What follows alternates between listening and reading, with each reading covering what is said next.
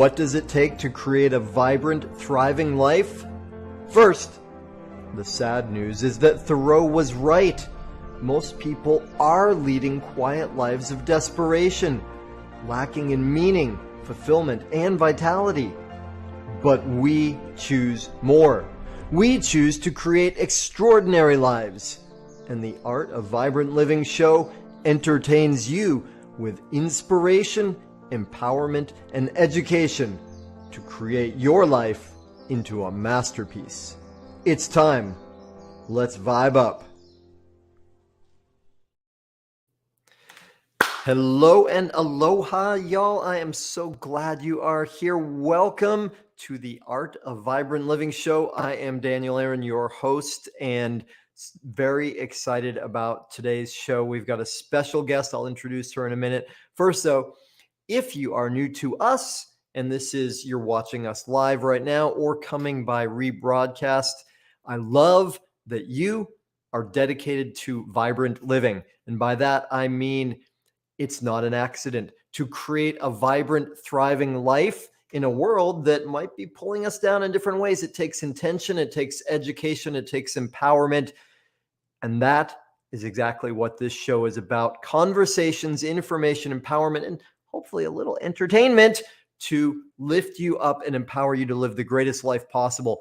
My guest today, Juhl Jaxen, is an amazing woman, a light healer, energy worker. She's got experience in writing, in dance, crystal grid activations. What's that? You're going to find out. Very exciting. We've got an incredible conversation to have about names, which points into a whole different, very awesome direction. So I could say a lot more, but better you hear it from her directly. Please welcome with me Juhl, Jill, and we'll say what the difference is in a little bit. Thank you so much for joining us and welcome. Hey, Daniel, thank you so much for having me. I'm so excited to be here today. Yeah, well, you're a poster child for the art of vibrant living. You're so bright. You've got so much cool experience in helping people. And just before we dive into, we got some deep topics to talk about here. Before we dive in that, would you just give a quick bit of background about who you are and what brought you to this point? Sure. So I started my journey. I went to college, and a couple years after college, I had this calling. I woke up one morning and I heard, go put yourself through massage school. So that's where I started. Back in 1995, I became a massage therapist. I started my own business. And then a few years down the road, I was introduced to Reiki. And Reiki was my introduction to energy healing. And so I learned Reiki 1, level 2, and became a Reiki master. And the purpose at that time in my life, I really wanted to work on myself because I feel like I was still young in my 20s and didn't really know who I was yet. And so as a Reiki master, I worked on myself for several years and really got in there with understanding myself better. And then I started opening up and blossoming into teaching other people Reiki. And then fast forward a lot of years, I learned a lot of different healing modalities. So I always say I have a very large energetic toolbox that I work with. And that includes, so I do a lot of energy healing sessions with people one-on-one. And I'm a master dowser. So I work with environment spaces, so homes and businesses, and to help raise the vibration so people feel better where they're living, where they're working, where they're sleeping. It's such an important part. So dowsing is a part of my repertoire, of my toolbox. And I have been dancing since I was very young. And I have been teaching dance for 38 years. It's been a variety of different things that I've been teaching in dance, but I would say the last 15 to 18 years, I've been teaching conscious dance. We're really connecting to our body, our mind, and our spirit. And so I enjoy all of the different things that I do to offer people ways to get to know themselves better on a different level and to find ways to expand into their gifts, into their magic. And so that's what I feel called here to do. And you can see it under my name there. It says the Energy Renovator. I coined that name several years back because I feel like even though I might teach dance, or I'm dowsing, or I'm doing meditation, guided meditation, all the different things that I'm doing, it's really connected to energy.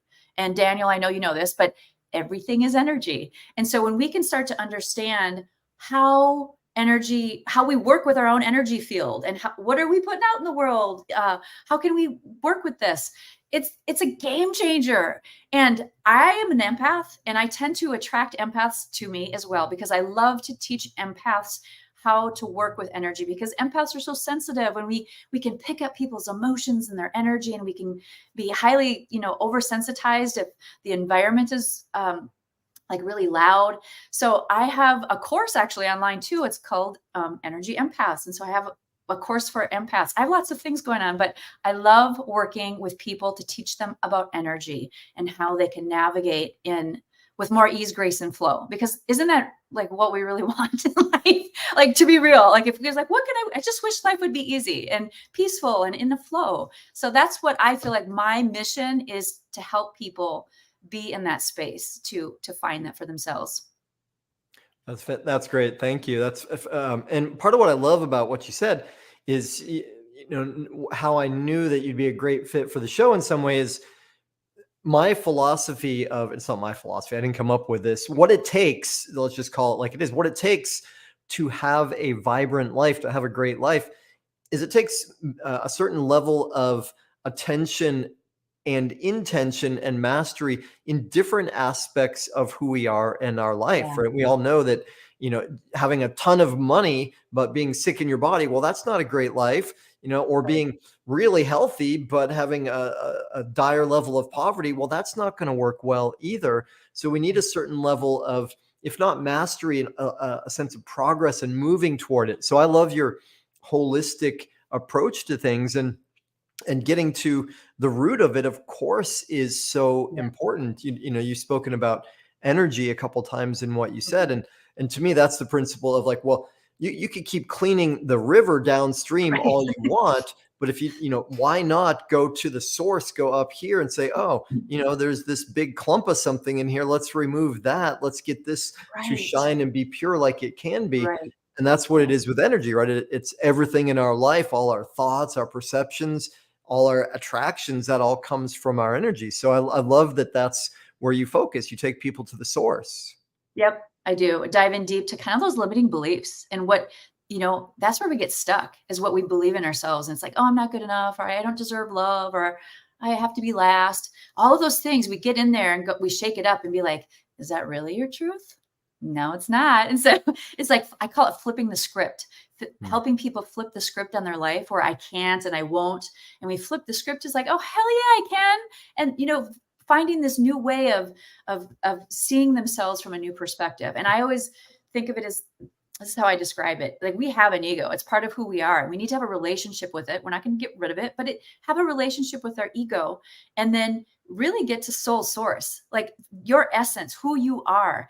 And I always say, your ego right now is driving the car. Let your ego go to the passenger seat or the back seat, and put your soul in the driver's seat. Let your soul drive, because your soul knows what you want and how you want to expand and explore your life. But so many times we let our ego drive the car, and it's like, putting all these limitations on it. So that's where I like to really dig in deep with people, to help them realize that those are just limiting beliefs that they're allowing themselves to believe in. So it's a thing that we can definitely flip the script on. And I'm going to just tell you straight up, that is what brings me so much joy, is when I see people, like the light bulb goes off and they're like, I get it. I have been like living in over here, and I don't need to do that. And they start to slowly kind of bring themselves over to like this space of expansion and really connecting to their inner wisdom and their inner light. That's where I can't, I mean, I'm sure you've experienced this too, Daniel, with the work that you do. It's joyful to see people transition and transform their lives. Absolutely. That's the juice. I had so many times in my life where I'm especially leading groups, live events where, and working with people of any sort, whether it's in retail or the restaurant business or in coaching, at a certain point, there's challenges, right? You get a bunch of people together, and we all have our resistances, we all have our projections, and sometimes Our there are triggers. We all have our own triggers. if we're human, we're going to get triggered at times. So there's always, every time I've been leading a group, there's a certain point where part of me goes, why am I doing this? This is like so much hard work. I'm just trying to help. And every single time, it's like almost immediately, shortly thereafter, somebody has a breakthrough, somebody's life changes in some way. And I say, hallelujah, that is exactly why that makes all of the challenges, all the work, all the effort worth it to see that, to be part of that. Yeah, I So agree.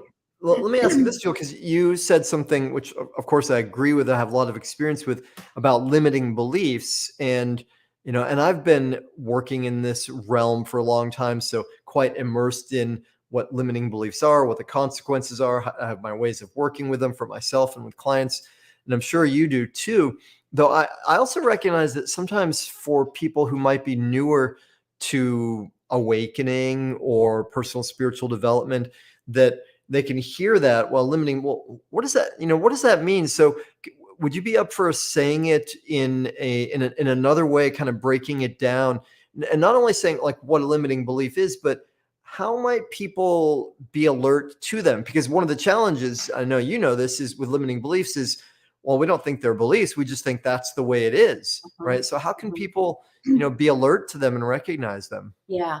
Well, I think this is key for anything, Daniel. You have to have awareness. Like awareness is key. And once you can, I call it being your own witness, when you can step outside and look at yourself and start to witness, like, oh, I see that this pattern continues to show up in my life, this job situation or this relationship situation or how I react with a family member, right? So you're witnessing, you're looking at yourself and you're not judging yourself. You're just going, oh, okay, I see that this is a pattern.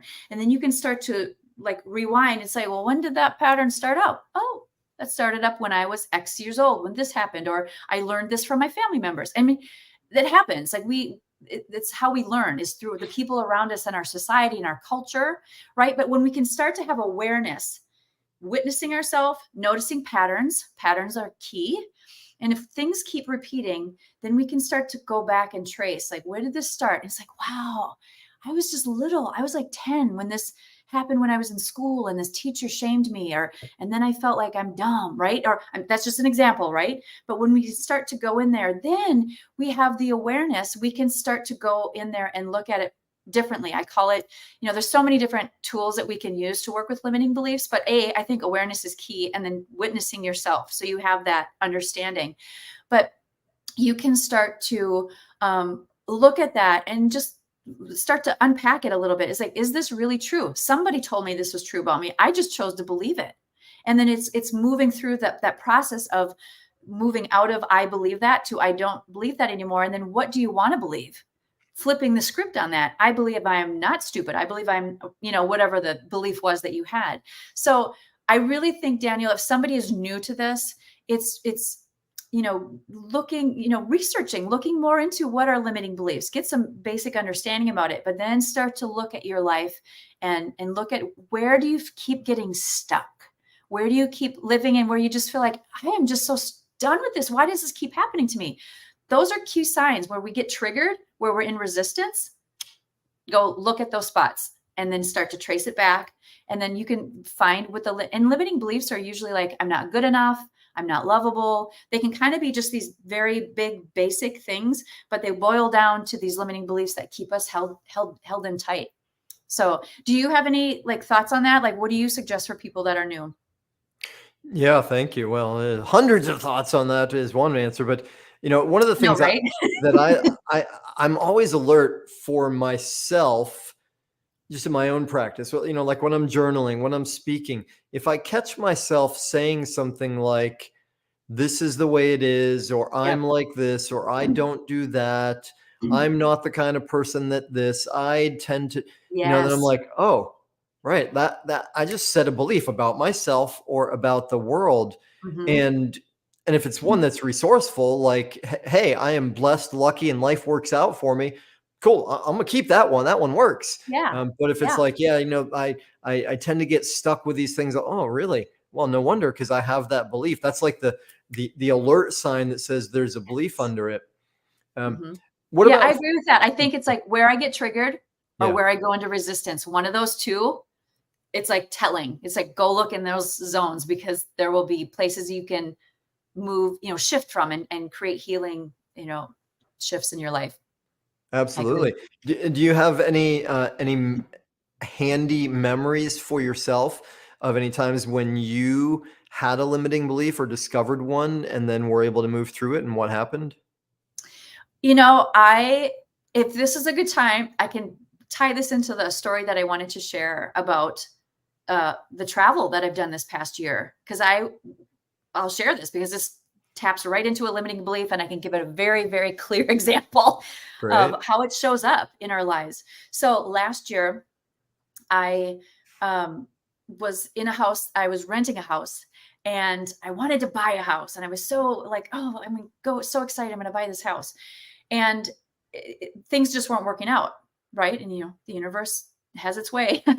But what I was hearing was, put your house in storage and you need to travel. And I was like, what? And so here's where the limiting belief showed up. When I was young, right after college, I was homeless for 6 months. I put my stuff in a storage locker. I stayed at friends' house. I stayed at 16 different places within 6 months. Like, I stayed at friends and all over the place. And I had so much shame around that. And I promised myself, after I got through that 6 months of being homeless, that I would never get back to that place again. I would never allow myself to be homeless again. And I kind of stamped that down. I put that down in on the stamp. Well, fast forward, last year I'm hearing, put your house in storage. And I'm like, oh, hell no. Nope. And I remember right away going, I am not going to be homeless again. And I went right into that scenario of that time in my life where I was struggling and had shame around it. And I was saying, this is equating to that. And so it was a couple months, Daniel, before I let myself go, I'm not homeless. I'm not going to be homeless. This is a different situation. And I'm being called to put my house in storage. And I kept hearing, you're going to travel for a reason. You're going to travel consciously. You need to do. And I wasn't getting the whole story yet, but I was like this in resistance it was a couple months. And I would talk to my friends and I'm like, guys, I'm getting this download to do this. And I just don't think I want to do it. I don't. And then one morning I woke up and the only way I can explain it is like, I flipped the script on it and I'm like, I'm going to do this. I feel called to do it. And I am not going to be homeless. There's a purpose for me to do this. And I just declared it. And I moved through my limiting belief. And I stopped saying I'm going to be homeless, because I'm not. And I started the process of getting my house packed up and renting storage spaces. And once I did that, once I got out of my own way and got out of resistance, then the full information came in. And the downloads that I was getting was this. It said, you're going to activate crystals. You're going to work with crystals. They're going to be activated. And you need to travel across the United States and put these crystals in the earth. And for these 3 reasons. 1, to expand the heart energy of the country. We need some love and to help people just kind of open their hearts a little more. 2, to bring healing energy to Gaia. So help heal the earth. And then 3, to open up the possibility for a new world to emerge. I'm like, that's all you want me to do? Just kidding. And so I was like, okay, game on. And so I was sharing this download with a friend of mine, and she's an energy healer practitioner. Her and I have done retreats together over the years. And she started smirking and smiling. And I said, why are you laughing at this? Or what's going on? She said, I have to tell you something. I have this retreat that's coming up here in Minneapolis, where I live. And she said, normally, as you know, Jill, I do retreats in Sedona and Mount Shasta, and we always do things out. And she said, I was called to bring people to Minneapolis to anchor energy at 4 different locations in Minneapolis. She said, you need to be a part of this. And this is where we're activating the crystals. And these are the anchor points. And I said, absolutely. You know why? Minneapolis, Minnesota, we're the heart of the nation. The heartland, you've heard of it. The Midwest is the heartland. And so all of it fell into place very beautifully. And so there was 8 of us that gathered, and I had 80 crystals, and we activated the crystals at these 4 anchor points. There's 3 in Minneapolis and 1 in Kinstone, just across the border in Wisconsin. So that's where the energy was anchored. And then I've been traveling since last October all over the country. And when I go there, stay with friends or people, friends of friends, and I call them star hosts. They bring me into their home, and then we gather people together, like-hearted people that are into meditation, crystal gritting, consciousness, expansion, possibilities of, renewal, all of the things. And so I've been traveling and doing these ceremonies across the country. And Daniel, I cannot tell you how amazing it's been. I have met so many people that I know will be friends for the rest of my life on this journey. And Sandy is one of them who brought me to you. And it's just been this really beautiful unfolding. And I'll tell you what it's taught me. It's taught me, you don't even have to ask me. I'm just going to tell you. It's taught me to be in the flow and really listen to where I'm being called. So I will literally be driving in my car and I'll just be like, Spirit, where do I need to go? And I'll just be kind of led, and I'll get to a park or a place, and then I'll just walk. And there's sometimes I'm walking in the forest for an hour, and then I just get a hit. This is where you need to put the crystal. If I'm by myself, sometimes I crystal grid by myself, and sometimes I'm with groups, but it has taught me so much about letting go of the push and the pull, and to trust and to be in the flow as best I can, because that is what life is, just like a river. It flows. And sometimes the current is fast, and sometimes it's slow and gentle. And sometimes there's things in the way. There's boulders or rocks or tree branches, right? But the more that we can stay in the flow of life, I think it helps us to get through life easier. But we go into resistance with that because it's, no, I want to plan everything. I want to know what's going to happen, and I want to execute it. And I want all these structures set up, that's me. I used to be like that, but I have learned over the years, how can you let go of some of that to be more aware and listening and be in the flow? I mean, that's what I've learned from this Trip to the Light tour, hands down. How Wow. can you be in the flow? That's beautiful, and 100% with you. And, it is a fundamental aspect of, or tendency amongst us humans, right? At least part of us, we got the human animal part and the human spirit part.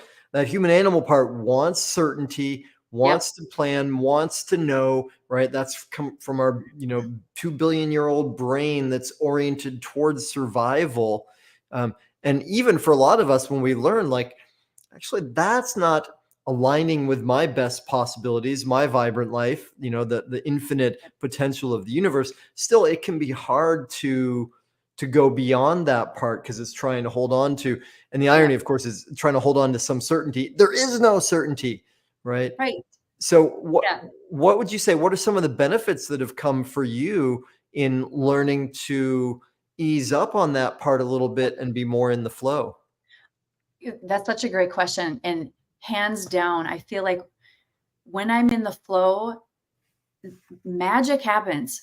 People show up, and situations show up, and opportunities show up that I could have never in a million years imagined or thought of in my own brain. So, and I think people will probably relate to this, because we've all at some point kind of been in this like magic flow of life. And then it's like, wow. And then this person showed up, and then I got hired, and then all, these gifts came to me. That's what I feel like, honestly, in the flow. It's like the universe is just like, you got this, girl, and we got you. And it just like brings this beautiful essence to life that I could have never imagined. And so that's what I feel when I'm really letting go and being in the flow. I know that's such a cliche, but opportunities show up in spades, and people. And so that's what I've noticed. When I push or pull and try to plan too much, it's kind of like, and then it's like kind of half worked out. You know what I mean? And if it's just like, lead me where I'm supposed to go, and really trusting that. But this, that's a hard thing for people to do.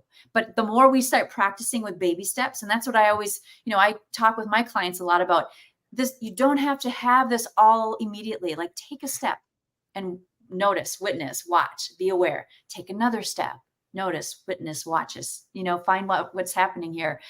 Change happens, but it sometimes it just takes time. And if we have patience and kindness towards ourselves, and I think self-love is such a huge component of healing and being vibrant in our life, or like really loving ourselves and giving ourselves space and grace to make mistakes, because let's face it, that's part of life.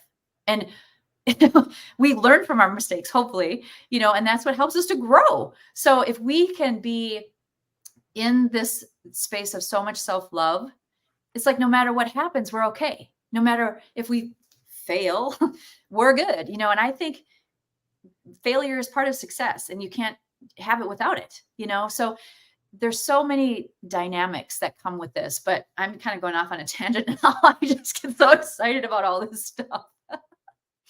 Yeah, well, I mean, I'm excited about it too. I'm with you, and because Yeah. it's really like I remember years ago being with Tony Robbins, and one of the quotations that he said stuck with me a lot, which is the to the degree, I'm paraphrasing, but to the degree that we can comfortably tolerate uncertainty is the degree to which our life can be amazing, Yep. right? In other Yep. words, and you spoke earlier about, what's our relationship to ego? Yes, we need ego. It's a survival tool. But one of the little acronyms we get for ego sometimes is edging God out, right? And so if our ego's driving, if we're Yep. saying, I'm gonna white knuckle my way through life and try and Yep. have certainty about things and plan and restrict, well, then we just blocked out this infinite benevolent force that could arrange Absolutely. synchronicities and meetings and give us bigger dreams than we could ever imagine. Yep. Um, Absolutely. Absolutely. so, go ahead. You're going to say something else? Yeah, I was just going to say that reminds me of if people can get comfortable with being uncomfortable, key. That's key. And most people don't like to be uncomfortable. They don't like change. But the only constant in the world is change. So we realize that, we accept it, we own it, and then we get comfortable with like, ooh, this is stretching my edges a lot. I'm uncomfortable here, but it's okay. It's okay to be uncomfortable, because when we are uncomfortable, that's when we can grow and we can stretch and we can learn. But if we just stay safe and it's like, I'm only gonna do these things, I'm only gonna stretch this far, and then this is my boundary, right? We don't grow that much. We stay limited. We stay small. So I think getting comfortable with being uncomfortable is key, and letting yourself stretch your edges. And if it's okay to be scared, and as we know, that's a place that's anxiety and excitement.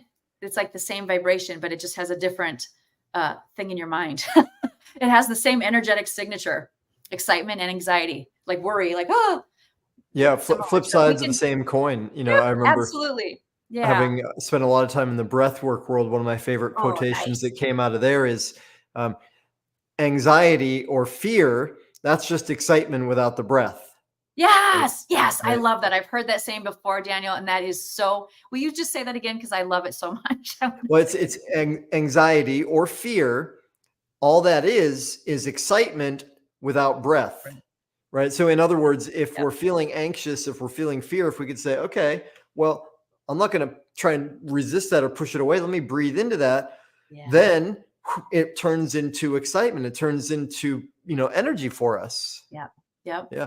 It's like one of Yep. the really bad pieces of advice that we had a cultural myth around for ages, and it's still perpetuated a lot. I'm spending more and more time in the world of professional speaking and performance, Mm, right? Which is an area where so many of us get nervous, right? It's, there's the urban legend that it's, the biggest fear beyond yeah. death is public speaking.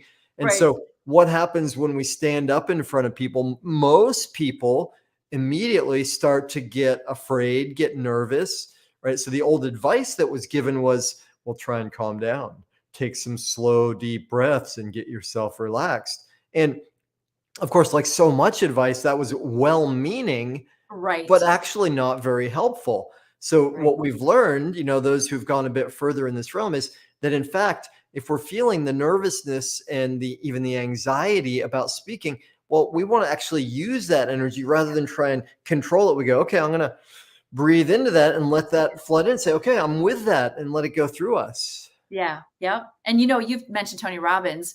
He always talks about change your state. Yeah.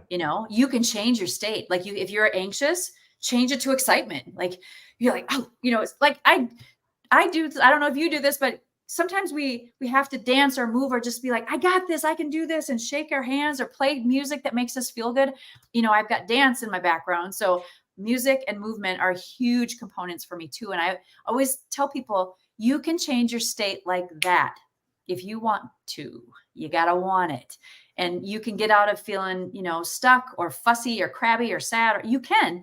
You just kind of move through it. So I love what you just said, Daniel, about using your breath. And if you're nervous, it's like, instead of trying to just like shove it down, like go away, just like, okay, I'm scared. It's like, how can I breathe into this and let this just come forward and move it into excitement? And it's okay to be scared. Like I always tell people, like, I get scared, but you can still be scared and stretch your edges and be kick ass too. You know what I mean? Like it doesn't have to be this or that. Be scared and be a warrior, and be here shaking, but you're just like, I'm still gonna do this. I think we just have to find our way with that. But practice. It's like baby steps. Practice all the times when you start getting those sensations that come up that want to keep you just in that spot. Like, nope, I'm not moving. I'm going to stay safe. Stretch your edges, take a step, try something new. I encourage people to do that because that's how we grow. That's how we learn more about ourselves, and it's okay to fail, but a lot of people don't like that. I always encourage people, it's okay. It's okay. Absolutely. Yeah. Not only okay, if we're dedicated to, if what we really want is an expanded life and an extraordinary life, it's not only okay, it's necessary. It's part of the Absolutely. process. Yeah. Absolutely. Yep. Yep. So They go ahead. no, sorry. You had one more thing you want to say on that?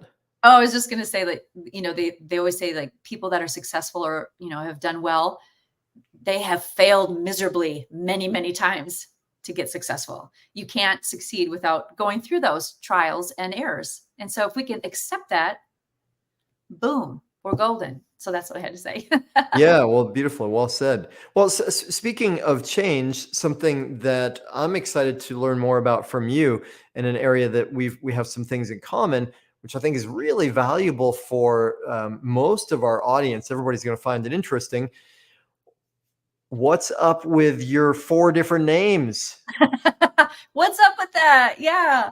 So, well, Daniel, I'm so excited that we get to talk about this on your show today. And so my name is Juhl and has been for 28 years.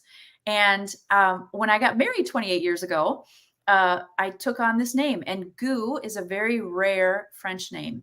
And the interesting thing is that doing Google searches, I think I'm the only Juhl Gu in the world, because Jill is not a very common European name, and Gu is a very rare French name. So I was very kind of like, oh, I'm the only Juhl Gu in the world, and I really like this. So I ended up getting divorced 4 years ago, and I was determined I was going to keep Juhl Gu as my name because it's been my business name. It's been my website name.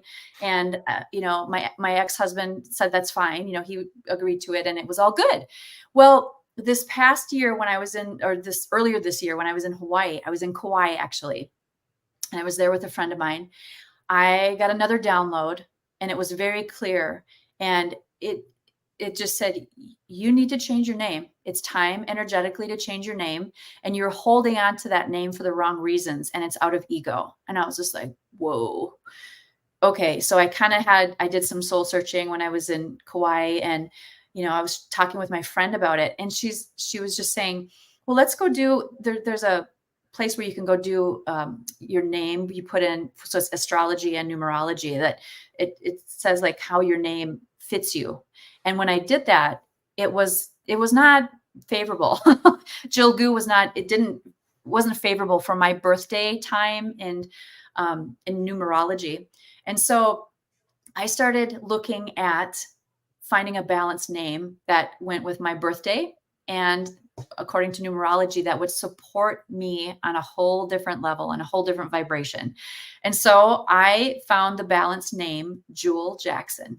And so that's my announcement today. I'm changing my name from Juhl Gu to Juhl Jaxen, and I'm really excited about it. And it feels really good. And I want to talk to you about this, Daniel, because I know you've done a name change too. And I I can't tell you how many people that I've been talking to just in the last probably 6 months that are thinking about changing a name, or they want to, or they just feel like their name doesn't suit them. And so I wanted to just talk to you and learn more about your name change too, because I feel expanded with this new name and I'm really excited about it. And but tell me more about your story, because I don't know all about it either. Yeah, well, thank you, and congratulations on that. Because part of what I get from that story is that, well, you had the courage to, one, be open to change, right? You're listening to, you're introspective, and then two, you get the feeling or download information guidance that says, hey, it's time for you to do something different. And we all get that. Everybody gets those messages sometimes, though there's also a part of a lot of us at times, and we all do this sometimes, where we go like, Yeah. no, that's Yeah. that's going to be uncomfortable, or I just rather keep things. And again, it's that Keep it survival safe. brain. Yep. Keep it And the keep it same. safe. Yeah, Yep. yeah. And you know, I think part of what you're describing goes back to what we were speaking of earlier, which is energy being the source of everything else that Yeah. happens. And another way we could say that is who we are being, or what our vibration is, or what our identity is, right? Because one of the Mhm. most Yeah. fundamental governors of human behavior and what kind of life we have, right? Because what we get back in the world has to do with how we act.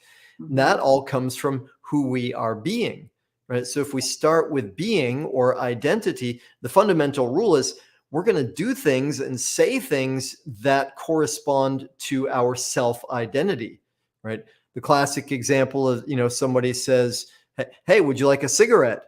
And most people, they're going to immediately go to yes or no, but it's going to be because I don't smoke. I'm not a smoker, or I am a smoker, right? Right. If I'm not a smoker, no, I don't want a cigarette. That's not who I am, right? Right. So to have the courage to go to the source and say, who am I, right? And what's the flavor of my name, and does it fit? And also, it points to something that's really huge in life. It's about growth. It's about Yeah. evolution. The law in nature is grow or die, right? Mhm. And Yeah. if we're not growing, we're dying. If we're not expanding, we're decaying. Yeah. So, yet somewhere we got this idea, a lot of us, that, well, when I get to the 18, 20, was it some age like that, then, well, I'm done growing and I got it all worked out. Well, and that's true. That's when our life starts to decline. Yeah. So I applaud you for having the courage to do that. Um, and yeah, my experience with it is names are really fundamental, because it's how we see ourselves. I remember when I was a little boy, I had a little boy name, which was Danny, right? My family all called me Danny. And then at a certain point in, I don't know, maybe I was 12, and I was like, that's a little boy name. No, I want a man name. I was like, Dan, not Danny. Dan, that's a man name. Right. Okay. And of course, for my mother, she couldn't get beyond Danny. So she still called me Danny. But then somewhere in my mid-20s, I was like, I don't know about Dan. And so, I kind of got the guidance and said, well, let's use my full name, Daniel. Right. And there were some synchronicities like that. I was like, okay. And that produced some changes in my behavior, my identity, how I carried myself. But then, and I'll make this the conclusion of this part of the story. Shortly thereafter, I had what you could call a spiritual awakening, Mm. and coming out of that, I ended up going into some very deep realms of personal and spiritual development. And one part of that at an ashram included a guru saying, "Would you like a new name?" And here's what's Ooh. funny about that, because I said, I was really aligned with this guru, with the philosophy. I'd had some really profound experiences there. And so I was taking vows, you could say, like monk vows in a way, and saying, yes, Mhm. I agree to live by these vows 100%. And then it was like an add-on. Do you want a new name too? And I thought to myself, like, optimal decision making. Well, sure, yeah, I want a new name. Meanwhile, I was thinking, let's see if I like it or not. If I like it, I'll take it, Right. Right. there's no obligation, right? Yeah. So they gave me the name Swami Anand Shaker, right? And Wow. Sanskrit name. And Cool. And when I got the name, I was like, huh. And in this world, and this was in the world of Sri Bhagwan Rajneesh and what they call sannyasins.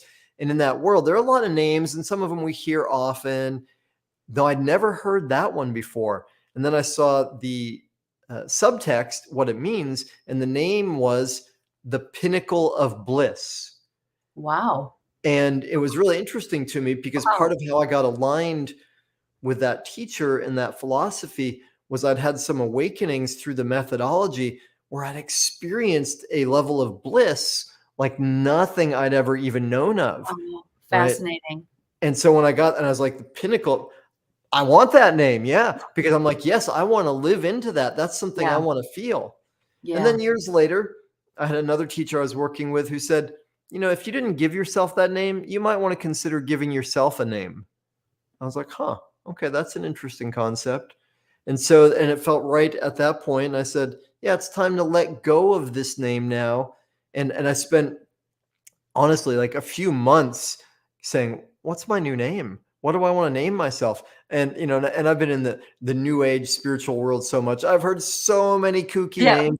I went through the Right. whole thing. I went through all the fruits, and I have a friend named Durian, a friend named Avocado, and then I've Fruits got and so many friends with vegetables. tree names. Yeah, Yeah. exactly. And I'm like, well, I could be Sage, or I could be, and Spruce. And I'm like, no, none of those fit. And in the end, it was like, oh, you know what? It's the name my mother gave me, right? She was tapped into something that fit for me at that point, and she gave me that name, and that's what fit. Um, Nice. yeah, That's there's more to beautiful. it, but I'll leave it there because it's Yeah. already a long story. So, For sure. what is that? What has it meant for you, and what does it feel like now being in that transition? Yeah. So, well, it's definitely a transition. Like I've already switched my website and I'm doing social media stuff like this. I'm literally launching this week. So I feel like I'm in the beginning stage of the transition, but I'll tell you what I've noticed because I have shared this with some close friends over the past, month or so, just to kind of let them know and give them a heads up, like people close to me.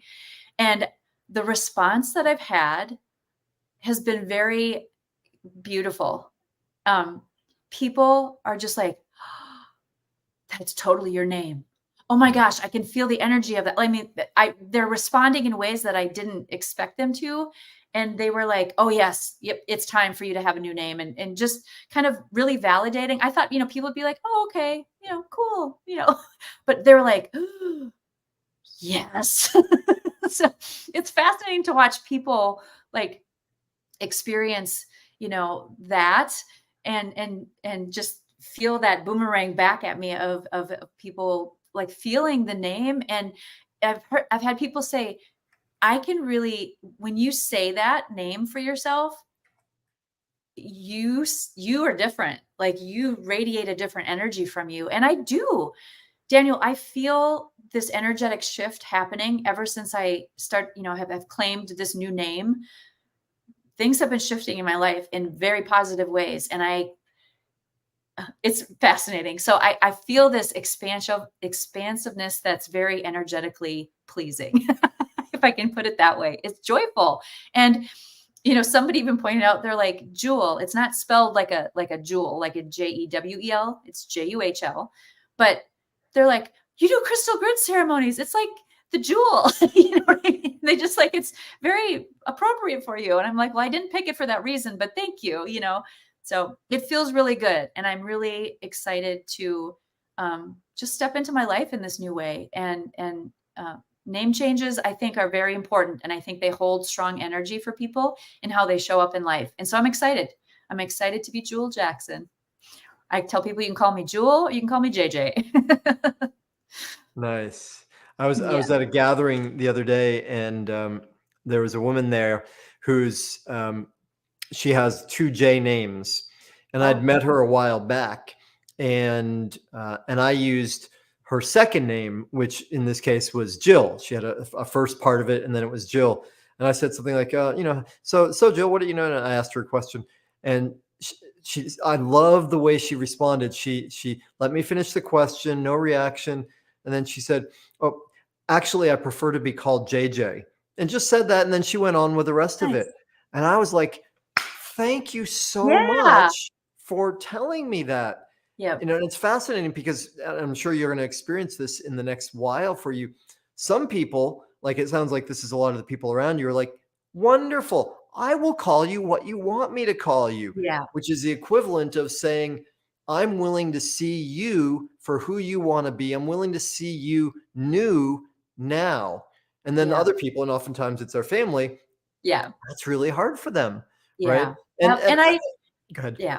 I want to give space and grace to people too. It's like I do understand that, if you've known me for all my life, yeah, it's going to be hard for you to all of a sudden just switch names. So I will give space and grace. If you look at Jill and Juhl, there's only two letters that are different. It's the I and the L are gone and the U and the H went in there. And Jill, it's so close. Like they sound very similar. So I won't be one of those people that will be hell bent if people are like, calling me Jill. I'll be okay with it.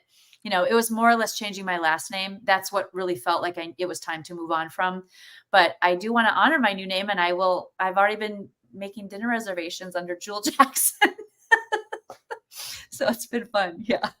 That's great. Yeah, it's one of my favorite memories, actually, which I haven't thought of in a while, is this is going back 22 years, maybe, when I first started leading professional trainings. And I was leading, I think it was my very first yoga teacher training. And a woman came who's from Austria, and she said, oh, my name is Billy, and a little bit of an accent. And I was like, huh, okay, interesting. And then as we were talking a little bit more, and this was with the whole group, I was like, so your name Billy, I'm curious where'd that come from? And she said, well, it's not my given name, but some people have trouble saying my name. I was like, oh, what's What's your your given name? name? Yeah. And her name was Beata, right? Now, Beata. and I recognize I have a little bit of an advantage over a lot of fellow United States citizens Mhm. because I've lived in a lot of different places in the world. So to me, to say Beata is not a difficult name. Right. But really, it's not that difficult name for anybody if you just give it a minute. And so Yeah. I said to her, well, how do you feel about if we call you Beata? Would that feel good? And like immediately she started crying. Oh, And I spoke to her like 3 weeks ago, actually, sweet. for the first time in years. And she still remembers that as like, Oh. in some ways, what it symbolized is like the courage to be herself, not Mhm. necessarily and not that she was dumbing herself down, but sort of molding herself a little bit to make it easier for other people. So part Yeah. of what I see you doing also is you're saying like, this is who I choose to be. This is how I'm putting myself forward into the world. And not only is that cool for you, it's inspiring to other people. Yeah, thank you, Daniel. I appreciate that. Yeah, and I hope, when I hope like doing these shows together that we inspire somebody with our conversation. Like that's my intention is always like I hope whatever I shared or if there was a nugget of wisdom that, was said that it inspires someone to change or look at themselves differently or stretch their edges, right? And that's what I hope. So thank you for acknowledging that, and thank you for letting me be on the show to share this announcement today. I've been sending out little things like there's an announcement coming. It's so Yeah. exciting. Yeah. It's a debut. It's a new you. Yeah. And I'm glad we get to be part of it here today. So, well, on that note, we're heading toward the clock turning over at some point soon. So, what's up with you now? I know you're still in travel mode, still doing the crystal grid activations. For people in our audience, whether it's live or by rebroadcast, that would like to connect with you more or maybe benefit from your work, what are you up to and how do people get in contact with you? Yeah. So my website, like I said, has been changed over. You can either go to jillgu.com or juhljaxen.com. They both will go to the same website. So there's a forwarding um, direction that will go, yep, just head to my website. And there you can explore all the different things. Like I said, I have a course online that if you're an empath, if you're somebody who's really sensitive, or maybe you're just kind of waking up into the energy realms of things and spirituality, this class is a fantastic online course that you can work at your own pace and time. And it was a life changer for me. And that's why I'm sharing it with others, because it was the tools that completely changed my life. But you can go on my website. You can schedule right in the website. If you want to do a one-on-one session with me and do an energy renovation soul session and really get in there and do some fun energy work together, you can do that. If you're into dowsing or space clearing, I can douse or space clear your home. So everything's on my website, and you can even reach out and do a clarity call. If you're just not sure what you want to do and you want to just speak to me and just get some ideas, do a free clarity call, reach out and connect with me, and we'll see where you're at and what would be a good fit for us to work together. So that's what I would suggest. And I do want to offer people that are listening and tuning into your show a 50% off discount if somebody wants to do a one-on-one hour energy renovation soul session with me.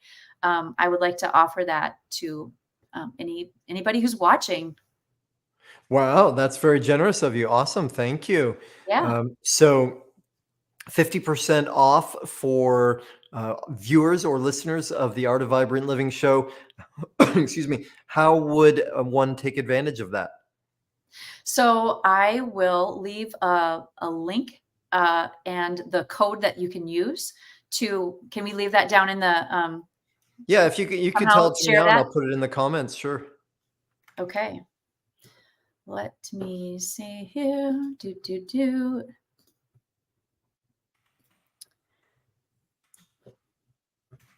So I will share that. Let me get this. And you can, like I said, you can do all the scheduling right online. Sorry, I didn't have this ready earlier. So I That's all got right. We're that. getting it now. And So, okay, here's the link to schedule. So that for you. And then I think I texted you the code, and just that's the code. When you're checking out, if you put that word in, that will give you the 50% off discount. perfect. Okay, so the website then for everybody, it's there on the screen now. It's juhljaxen.com, JUHLJAXEN.com. And for the 50% discount, check it out. The code is simply vibrant. Vibrant. Good. So that's a perfect code. I put It that should be in easy to remember. put it in the comments also. So that's beautiful. All right. Well, thank you for that. And I'm sure we'll have a lot of people excited to take advantage of that. Again, going upstream, taking care of the energy, making those shifts Yes. where you get Yes. the most leverage from it. So now, all that said, I think, Juhl, that brings us to the place, if you are up for it, where I will ask you the final question, the big question. Can I do that? Are you ready for it? Yeah. Dun dun dun. I feel like we Dun should play dun a game dun. or And something. this is a it's I'll warn you, it's an impossible question. There's no way that you can get this right. The good thing about that is it also means there's no way you can get it wrong. So the question is this: with your tremendous amount of experience and expertise, if you had to boil all of that down to one thing to help somebody toward living a life of vibrancy, an extraordinary life, what would you say for them? What would you advise them to do or not do? What's your single piece of advice for people to live a vibrant life? I think it is know yourself, love yourself, and forgive yourself.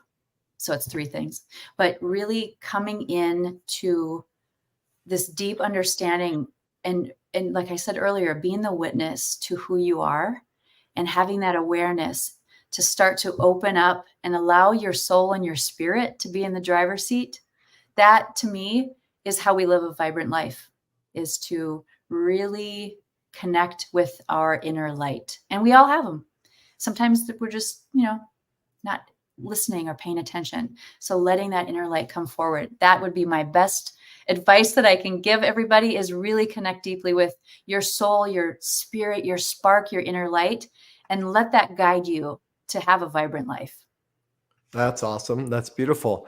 Well, I'll ask one quick follow-up question that because I think you'll have a great answer to this, which is let your soul, let your spirit take over driving, right? Let the ego go into the passenger seat. How would somebody know if the seats are reversed? What would be an indicator that, like, wow, that my ego must be in charge right now, and I could switch perspective? How would they know that? When the ego's in charge, you mean? Yeah. When you have triggers and when you're in resistance and when you get into that very limited thinking, like you even mentioned it earlier, when it's like you're just kind of this is how it is, and this is going to, and it's very, it's my way or the highway, or it's very black and white. That is key. When you can just be like, okay, it's being in the flow to me as spirit. When you're in resistance and triggers come up and you're really hell bent on something being a certain way, ego. That's how I think you can feel it, the difference, who's in the driver's seat. Beautiful. Yeah. And it sounds like, I think part of what I hear from that is that a derivative feeling of that resistance would be that we're not feeling good, right? That we're suffering Yeah. in some way. Yeah. Right. And that Yeah. could be an Stuck and indicator, like, suffering. Yeah. go ahead. Yeah. Just feeling stuck and suffering in some way, shape, or form. And that's where I always say, whenever you find this resistance that comes up, or these trigger points, go look there. That's where your answers will lie. But you got to do the work to do it. And you mentioned this earlier in this show today, is that sometimes we have to get gritty, and we have to go through the shit to get through it, and to heal and to transform. But sometimes it's not pretty. But when we allow ourselves that space and grace and the forgiveness to get through it and look at it, then we can start to transform. But if we just sit and push it down and hide it and just want to ignore it, we're just going to get the same stuff, different day, you know? Yep. Nicely said. Well, Juhl, thank you so much for being with us and sharing this debut monumental day of announcing your evolved identity here. That's fantastic. Thank you. I feel so honored, and thank you for inviting me to the show, Daniel. It was so fun to connect with you, and I hope that we stay connected after this. I will come to Maui and visit soon, and I would hope that we can maybe go out and have lunch together or something. Absolutely. Yeah. I look forward to it. So cool. And then with that, I say thank you to y'all, viewers, listeners, live, rebroadcast, however you are tuning in. The fact that you are tuning in says to me you are a unique character, because you're not settling for the status quo. You're not settling for what I call the cult of meh, mediocre monotony. You are saying it's meh. You're saying instead you're up for something more. You're up for creating your life into a masterpiece. And I'm so grateful that you've chosen to invest this time with us and let us be part of this journey. We will be back very soon for another show, and it just keeps getting better and better. So y'all, thank you so much for tuning in, and do make your life a masterpiece. Aloha. Mahalo for tuning in to the Art of Vibrant Living show, y'all. I'm Daniel Aaron, and may you live with great vibrancy.